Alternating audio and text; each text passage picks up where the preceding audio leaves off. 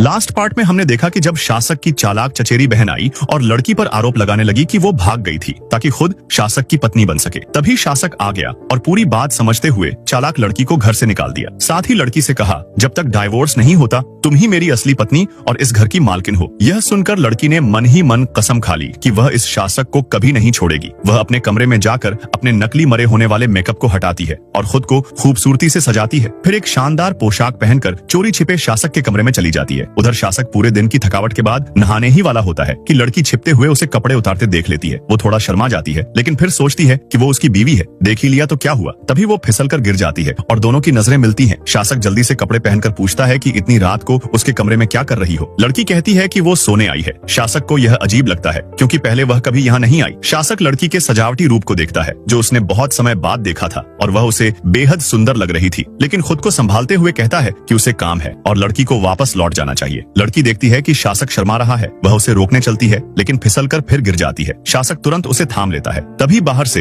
एक अफसर आ जाता है और यह रोमांटिक माहौल टूट जाता है। वह बताता है कि चालाक लड़की के पिता ने अगले दिन के युद्ध प्रदर्शन कार्यक्रम का न्योता भेजा है। लड़की सुनते ही उत्साहित हो जाती है और कहती है कि वह भी जाएगी। शासक समझता है कि शायद वो अब डाइवोर्स की तैयारी कर रही है, इसलिए उदास मन से हामी भर देता है। अगले दिन युद्ध प्रतियोगिता में शासक की गाड़ी जब मंच पर पहुंचती है तो चालाक लड़की सबसे पहले आगे बढ़कर उसका स्वागत करती है। वहाँ भीड़